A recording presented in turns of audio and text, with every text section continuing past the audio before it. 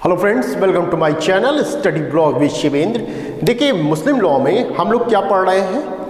Marriage पढ़ रहे हैं। मैरिज में आज हमारा 4th लेक्चर है। ठीक है, मैरिज में जो टॉपिक हमारा है मैरिज, उसमें 4th लेक्चर है। पार्ट 4 है, मतलब आज पढ़ रहे हैं हम लोग। पार्ट 3 तक हम लोगों ने कंप्लीट कर दिया है। पार्ट 3 कल के लेक्चर में हमने देखा। क्या देखा हमने? पार्ट 3 में हमने पढ़ा कि विवाह के प्रकार कितने होते हैं। तो उसमें हमने 3 प्रकार पढ़े। कौन कौन से? वैध विवाह, जिसको सही विवाह कहते हैं, शून्य विवाह, जिसको हम बातिल विवाह कहते हैं, अनियमित विवाह, जिसको हम फासिद विवाह कहते हैं। तो ये तीनों विवाहों को हमने कल के लेक्चर में देखा। हमने इसमें यह जाना कि आखिर ये होते क्या है। वैध हम किसको कहते हैं, शून्य विवाह किसको कहा जाता है, और अनियमित विवाह किसको कहते हैं। और इसके साथ साथ हमने ये भी जाना था कि ये ऐसा विवाह कब वैध होगा, कब शून्य होगा, कब अनियमित होगा, और शिया और सुन्नी में क्या क्या फर्क है इन तीनों में। ठीक है, ये भी जाना। और इसके साथ साथ हमने ये भी जाना कि अगर ऐसा विवाह हो गया है, चाहे वैध, चाहे शून्य, चाहे अनियमित, तो उसका विधिक परिणाम क्या होगा, इसके विषय में भी हमने जाना कल के लेक्चर में। अब देखिए, 3 विवाह हो गए। विवाह के प्रकार 3 हमने बताया भी। अब इसके साथ साथ एक चौथा विवाह भी होता है जिसका नाम है मुता विवाह, जिसे हमें आज के लेक्चर में कंप्लीट करना है। देखिए, मुता विवाह जो है ये आपके प्री में भी पूछा जाता है और मेंस में भी टिप्पणी के रूप में कभी कभी आपसे पूछ लिया जाता है, तो आपको जानना जरूरी है। मुता विवाह या हम इसी को कहते हैं टेम्परेरी मैरिज कहते हैं। ठीक है, अब हम जानते हैं कि आखिर मुता विवाह क्या होता है। मुता का मतलब होता है आनंद के लिए विवाह, ऐसा विवाह जो आनंद के लिए किया गया है, या हम कहें मनोरंजन करना। इसका मतलब क्या है कि विवाह ऐसा हो रहा है जो कुछ समय तक के लिए वैध है, हमेशा के लिए नहीं। यही निकाह और मुता विवाह में अंतर है, ध्यान रखिएगा। जो विवाह होता है यदि वो निर्धारित अवधि के लिए है, जैसे कह दिया गया कि भैया मैं आपसे विवाह कर रहा हूं, ये विवाह इतने दिन तक वैध रहेगा, 4 साल, 5 साल, 6 साल, जो भी निर्धारित एक अवधि रहेगी उसमें डिसाइड कर दिया जाएगा कि ये इतनी अवधि तक वैध रहेगी, और महर जो रहेगी वो भी निश्चित कर दी जाएगी कि इतना महर दिया जाएगा। ये 2 चीजें तो रहेंगी ही रहेंगी। इसके साथ साथ और क्या होता है, विवाह की जो आवश्यक शर्तें हैं उनको भी पूरी करनी होती हैं। तो ऐसे विवाह को जिसमें विवाह के लिए एक निर्धारित अवधि रहती है कि इतने दिन तक वो वैध रहेगा, और इसके साथ साथ महर जो है वो निश्चित की गई होती है, तो ऐसे विवाह को हम मुता विवाह कहते हैं। और आप ये भी ध्यान रखिएगा, जो निकाह है और मुता विवाह में अंतर क्या है। निकाह में कोई समय सीमा नहीं होती है कि आप इतने दिन तक आपका निकाह वैध रहेगा, ऐसा कुछ नहीं है, निर्धारित अवधि का वहां उल्लेख नहीं होता। जबकि मुता विवाह में क्या होता है, एक निर्धारित अवधि का उल्लेख होता है। ठीक है, तो ये होता है मुता विवाह। नेक्स्ट इसमें समझिए, ये जो मुता विवाह है ये अथना अशरिया शाखा मैंने पढ़ाया है आपको। ये जब शाखाएं हम बता रहे थे तो आपसे बताया था मैंने कि एक अथना अशरिया शाखा भी होती है, या स्कूल हम कहें तो अथना अशरिया एवं शिया विधि द्वारा इसको मान्य किया गया है। ये 2 ही चीजें हैं, अथना अशरिया शाखा और शिया विधि। ये 2 ही हैं जिन्होंने मुता विवाह को मान्य किया। बाकी और किसी स्कूल ने इसको मान्य नहीं ठहराया है, ये ध्यान रखिएगा आप। यहां तक कि मोहम्मद साहब ने भी इस विवाह को कभी भी मान्यता नहीं प्रदान की है। ठीक है, अब देखिए मुता विवाह क्या होता है ये हमने बताया, और ये बताया हमने कि मुता विवाह जो है ये किस स्कूल में मान्य होता है। तो अथना शरिया शाखा एवं शिया विधि के अंतर्गत इसको मान्य किया गया है। ये दोनों नाम आपको याद होने चाहिए, इंपॉर्टेंट है। ये प्री का क्वेश्चन आपका यहां से पूछा जाता है। ठीक है, नेक्स्ट पॉइंट हम पढ़ते हैं। अब ये हो गया मुता विवाह। अब इसके क्या आवश्यक शर्तें होंगी, जैसे विवाह हमने पढ़ा, मैरिज पढ़ा, तो मैरिज में हमने क्या देखा, आवश्यक शर्तों को देखा। इसी के साथ साथ यहां भी हम देखते हैं कि आखिर मुता विवाह में क्या आवश्यक शर्तें होती हैं। पहली चीज ध्यान रखिएगा, विवाह के लिए अनिवार्य सभी शर्त, जो एक विवाह के लिए अनिवार्य शर्त होती है वही शर्त यहां भी बताई गई है, वही शर्त आपको फॉलो करना है। क्या क्या है विवाह के लिए? सबसे पहले आप समझिए विवाह के लिए क्या होती है। एक सामान्य विवाह जो होता है, जो निकाह होता है, उसके लिए सामान्य शर्त क्या होती है कि सक्षम पक्षकार होना चाहिए, स्वतंत्र सहमति होना चाहिए, प्रस्ताव तथा स्वीकृति होना चाहिए, ये प्रस्ताव स्वीकृति एक ही बैठक में होना चाहिए, विवाह निषिद्ध संबंध के अंतर्गत नहीं होना चाहिए। निषिद्ध संबंध क्या कि जो आपका रक्त संबंध, विवाह संबंध, धात्रे संबंध के अंतर्गत नहीं होना चाहिए। ये क्या होते हैं इसको भी मैं समझा चुका हूं आपको। तो ये तो हुआ बात विवाह के लिए अनिवार्य सभी शर्तें जो है, इन शर्तों का भी आपको इसमें पालन करना होगा, ये ध्यान रखिएगा। अब इसके अलावा जो है ये ध्यान रखिए कि विवाह के निश्चित अवधि का उल्लेख होना चाहिए। ठीक है, विवाह में जो मुता विवाह आप करने जा रहे हैं उसमें निश्चित अवधि का उल्लेख हो, ये इंपॉर्टेंट है आपके लिए। निश्चित अवधि का उल्लेख, निश्चित अवधि मतलब 3 साल के लिए आप कर रहे हैं, 4 साल के लिए है, जो भी है आपका, वो चीज उल्लेख होनी चाहिए। इसके साथ ही साथ और क्या होना चाहिए, महर जो है वो निश्चित होनी चाहिए। 2 चीजें ध्यान रखिएगा, विवाह के लिए निश्चित अवधि का उल्लेख हो, इसके साथ साथ जो महर होगा वो भी क्या हो, निश्चित होनी चाहिए। ये ध्यान दीजिएगा क्योंकि जो मुता विवाह है इसके लिए ये और ये एक मोस्ट इंपॉर्टेंट पॉइंट है।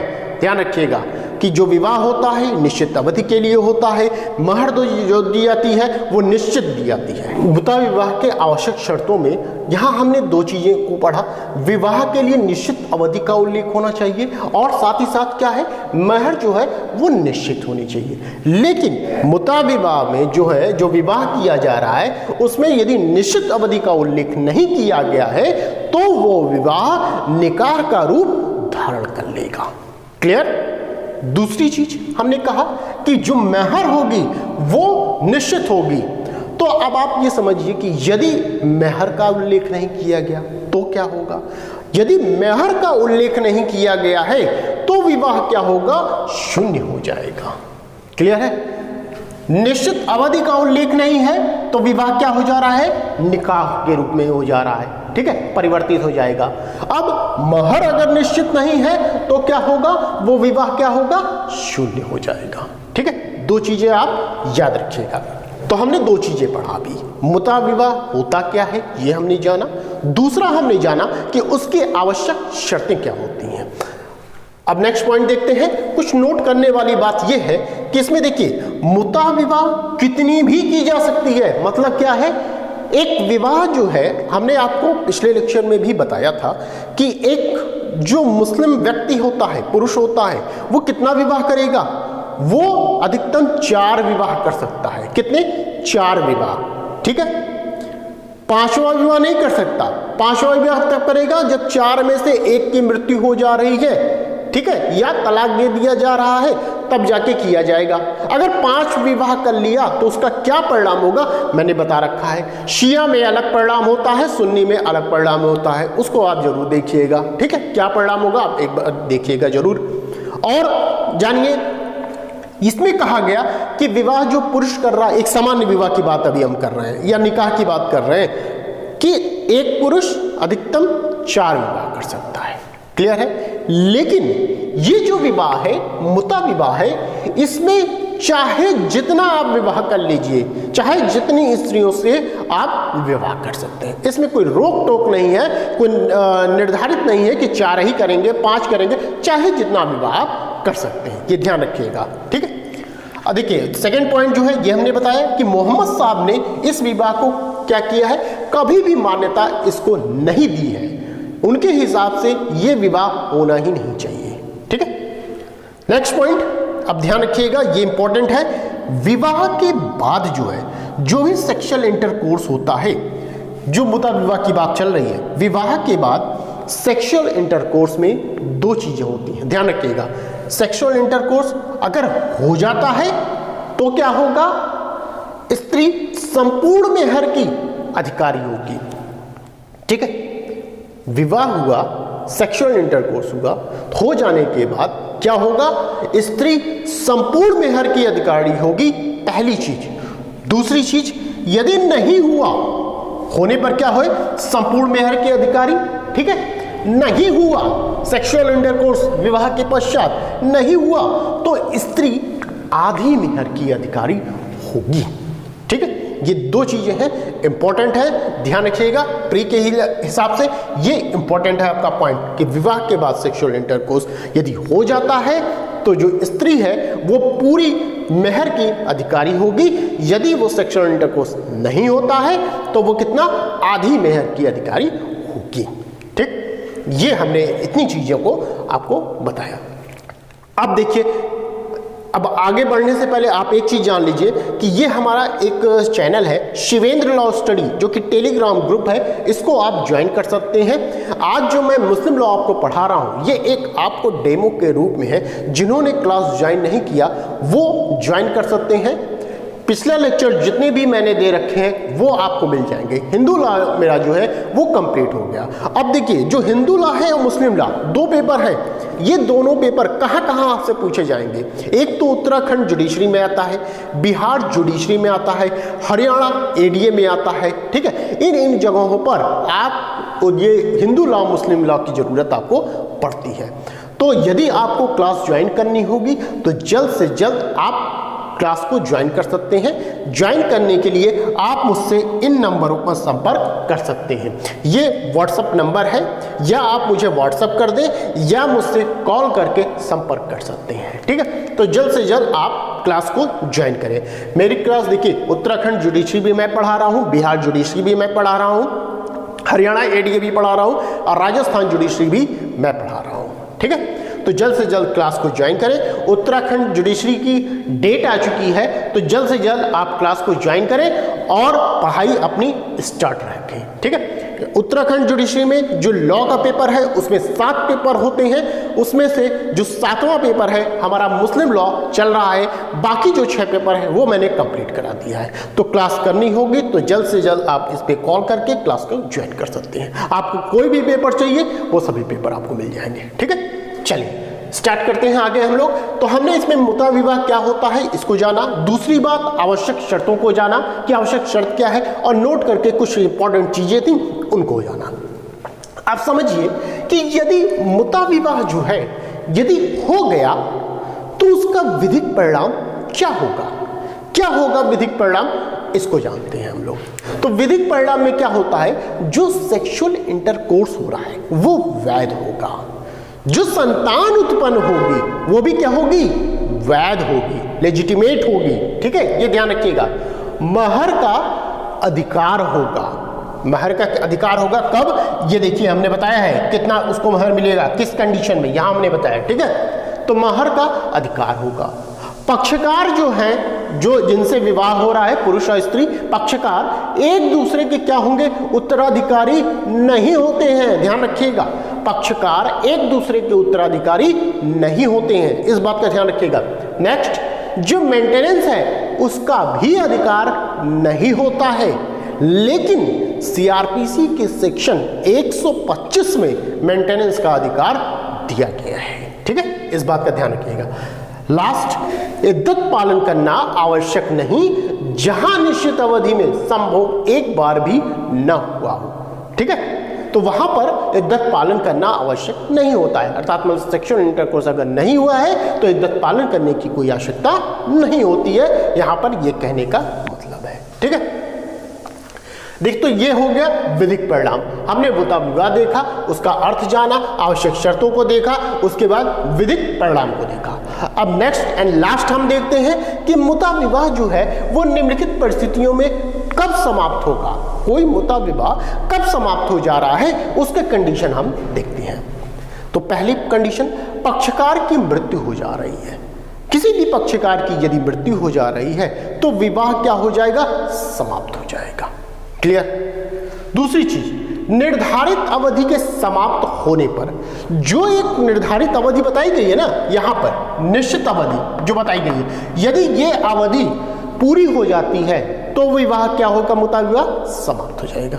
ध्यान रहे यहां पर कि जो मुस्लिम पति होता है, ठीक है, जो मुस्लिम पुरुष है, उसको तलाक देने का अधिकार नहीं दिया गया है। इस बात का यहां पर ध्यान रखिएगा, ठीक है। नेक्स्ट पॉइंट, पक्षकार द्वारा निर्धारित अवधि समाप्त होने से पूर्व ही एक दूसरे का त्याग कर देने पर, जो निर्धारित अवधि यहां पे मुता विवाह के अंतर्गत जो अवधि बताई गई है, उस अवधि के पूरी होने से पहले यदि कोई पक्षकार त्याग कर दे रहा है, ठीक है, विवाह को छोड़ रहा है, उस महिला को छोड़ दे रहा है, ठीक है, या महिला पुरुष को छोड़ दे रही है, तो उस कंडीशन में क्या हो जाता है, वो विवाह क्या हो जाता है, समाप्त हो जाएगा, ठीक है। अब लास्ट समझिए, मुता विवाह का विघटन तलाक द्वारा नहीं हो सकता, ठीक है, तलाक द्वारा मुता विवाह का विघटन नहीं हो सकता, जबकि निकाह में क्या होता है, निकाह में तलाक देकर उसका विघटन किया जा सकता है। यहां पे क्या है, तलाक द्वारा भी विघटन नहीं किया जा सकता, क्योंकि पति को तलाक देने का अधिकार नहीं होता है। क्लियर है। जबकि निकाह में क्या होता है कि पति तलाक देकर उसके विवाह का विघटन कर सकता है। तो इस तरह ये पूरा हमारा मुता या टेम्पररी मैरिज हमारा यहाँ पर कंप्लीट हुआ। यदि आपको वीडियो यहाँ तक समझ में आई हो तो प्लीज़ वीडियो को लाइक कर दीजिएगा और चैनल को सब्सक्राइब कर दीजिएगा। कल हमारा लेक्चर जो रहेगा वो इद्दत पर रहेगा। मैरिज में हमने बताया पार्ट 4 तक हमने कंप्लीट किया है, लास्ट हमारा पार्ट 5 रहेगा मैरिज पर हमारा लास्ट लेक्चर रहेगा जो कि इद्दत रहेगा। इद्दत को हम लोग पढ़ेंगे, इसी के साथ हमारा जो मैरिज होगा वो कंप्लीट होगा। उसके बाद हम लोग नेक्स्ट टॉपिक को उठाया जाएगा। ठीक है, तो बस आज के लिए इतना ही, फिर मिलते हैं नेक्स्ट वीडियो में। Thank you.